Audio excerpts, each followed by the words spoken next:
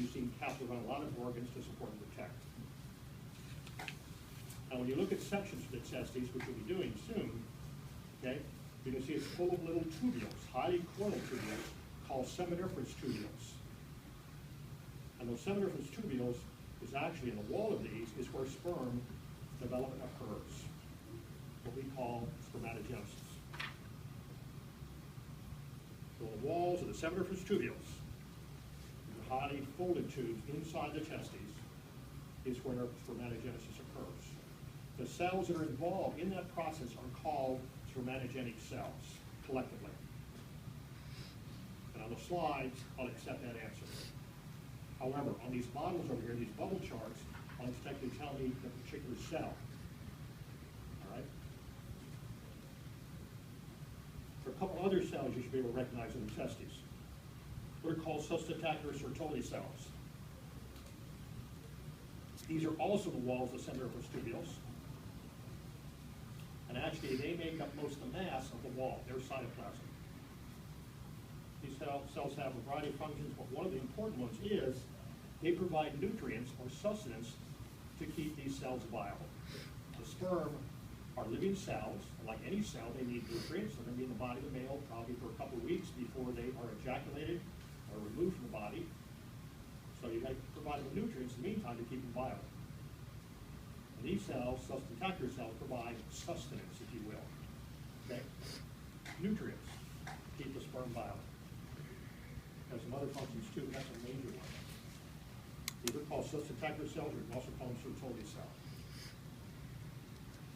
The sperm cells themselves are released into the lumen or cavity of the seminiferous tubules and then pass through the various tubes of the male reproductive tract. They're also known as spermatozoa. So you can call them sperm or spermatozoa. There's another cell type in the wall, in the testes. These cells lie outside the seminiferous tubules, in spaces between the seminiferous tubules. And these are called interstitial cells. So think of these spaces outside the cell, interstitial spaces. They're called interstitial cells. They're also called Leydig cells. Okay, you can use either term. Their function is to produce the male sex hormones. The major one again is testosterone. You see all these ads on TV, these males, they're lackluster, and they lost all their energy, blah, blah, blah. They say, well, it's probably low T. What they mean, of course, is low testosterone.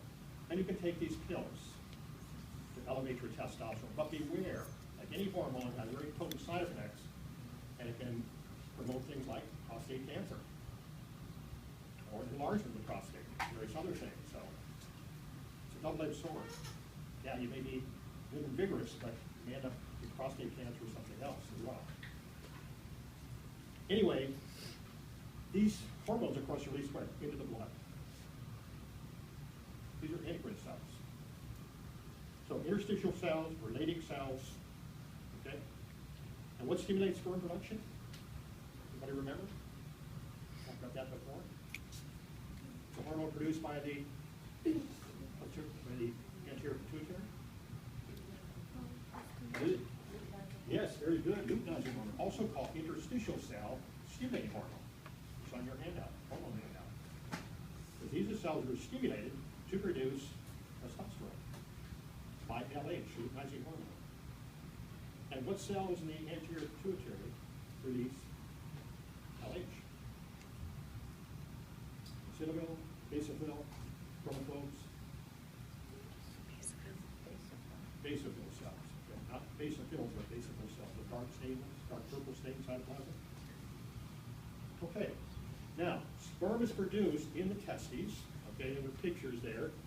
1023, 1029. Okay, in your lab manual, or in your textbook rather. And lying alongside each testis is an epididymis. This is a highly folded tube. It temporarily stores the sperm, and this is where the sperm matures. When the sperm leaves the testes in immature state, we're going to see the same thing is true of eggs leaving the ovary at ovulation. They're immature as well. So, you're asked, what's the function of the epididymis? It's to temporarily store the sperm and site of sperm cell maturation.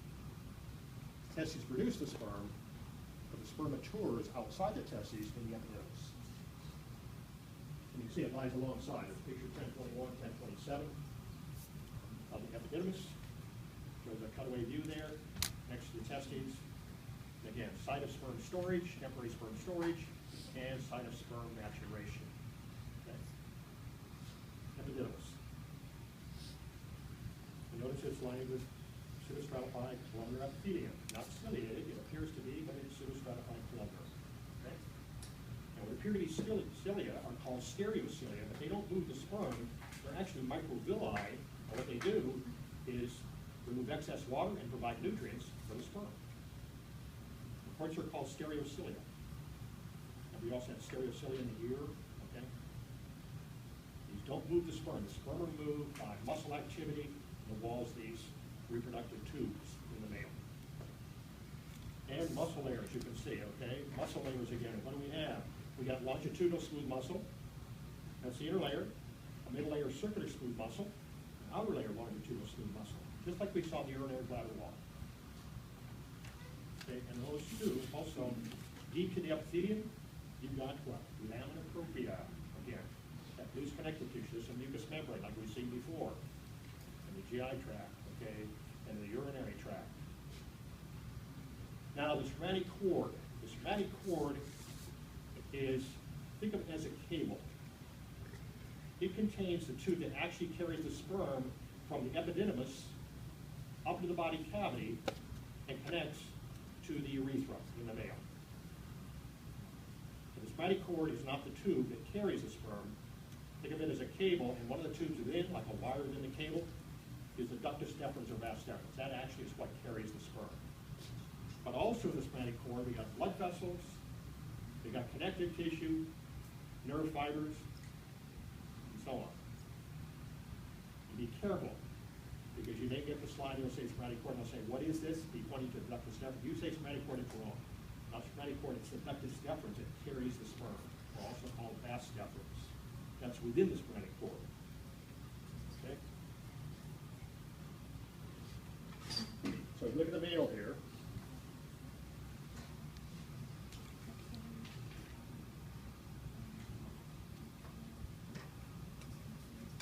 Here are the testes, one of them anyway. Here's the skin-covered sac, the scrotum. This thing along the side here, that's the epididymis. Okay? You can see there's the tube that comes out. Only see a little bit of it runs through this thing. This is the spermatic cord. It's carrying the sperm from the epididymis in the scrotum up to the body cavity, comes along the side, the urinary bladder, and around behind. And the tube coming out here, which is actually in the spermatic cord, is actually the ductus deferens. That's what we see right here. Okay? So don't confuse the two. The spermatic cord contains the ductus deferens, plus blood vessels, nerve fibers, connective tissue, and so on. So the spermatic cord is a cable, and then one of the wires within that cable is the ductus deferens or vas deferens. Okay?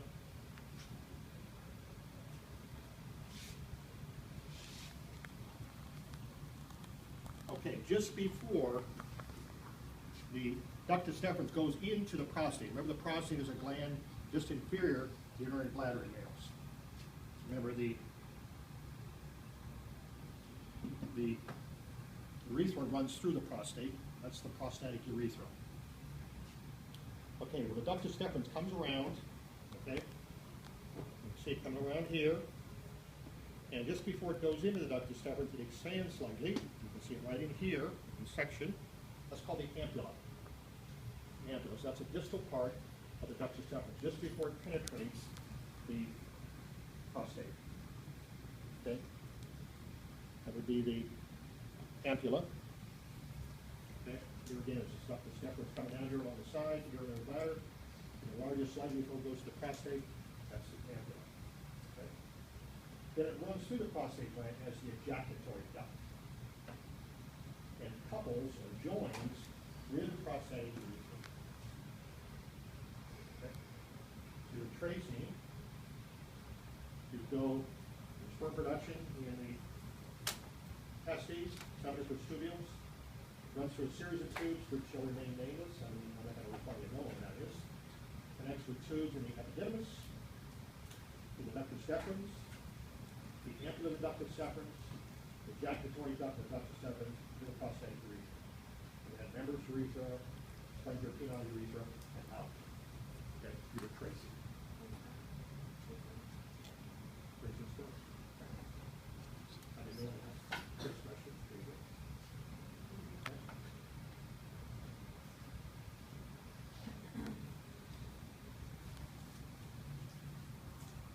Okay. The penis, pretty obvious, okay? The penis is largely a rectal tissue. That makes up most of the mass of the penis. The rectal tissue is full of little sinuses or cavities through which the blood flows. And during sexual excitement, blood gets trapped in those cavities. That's what brings about the erection, the sickling blood in the penis. Now, some mammals have a little bone. Male mammals do not, okay? Or male humans, I should say, do not. Okay? Strictly blood flow. When it gets trapped in those sinuses, that brings about the erection. When blood flows out, the penis becomes flaccid again. Now, we got three columns of rectal tissue. One surrounds the urethra, and that's called the corpus spongiosum. The corpus spongiosum. Maybe let's turn back to the reproductive system here. And this is why the part of the urethra that runs to the penis is called the penile urethra or the spongiurethra.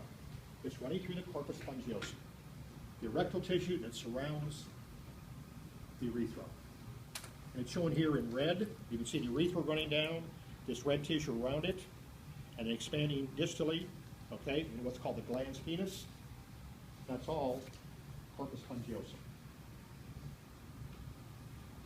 So that's one column of rectal tissue surrounding the urethra and expanding distally in what's called the glans penis, which is the tip here, corpus spongiosum. There are also dorsal to that two columns of rectal tissue called the corpora cavernosa. Of course, corpus is Latin for body, corpora is the plural form.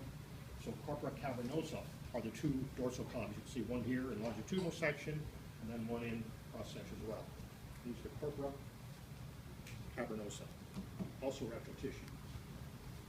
So again, three columns of rectal tissue, right around the urethra, expanding distally into the glans penis, corpus spongiosum.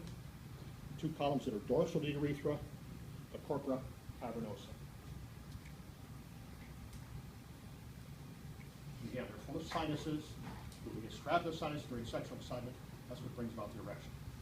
When the blood flows out again, the penis just becomes flaccid.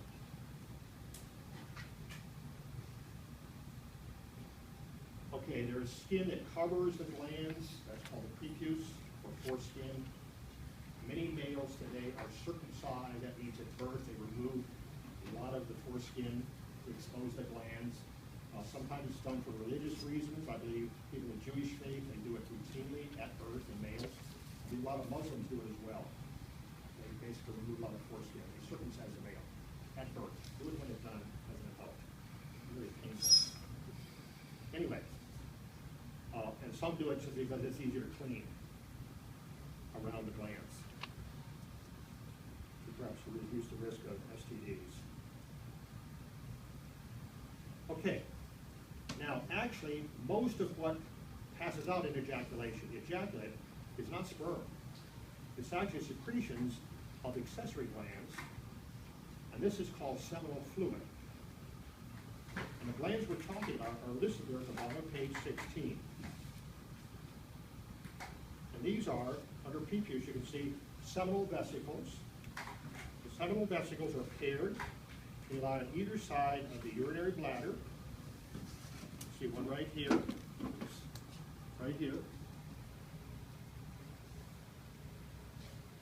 and they contribute to the seminal fluid. They produce an alkaline fluid. We'll talk more about this in lecture.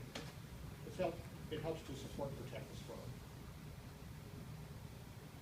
There are pair of those. Then the prostate gland, as you've seen before, that's this little gland right here, this inferior urinary bladder. The prostate runs through that. That also contributes to seminal fluid. Then there is a third pair of glands, very small.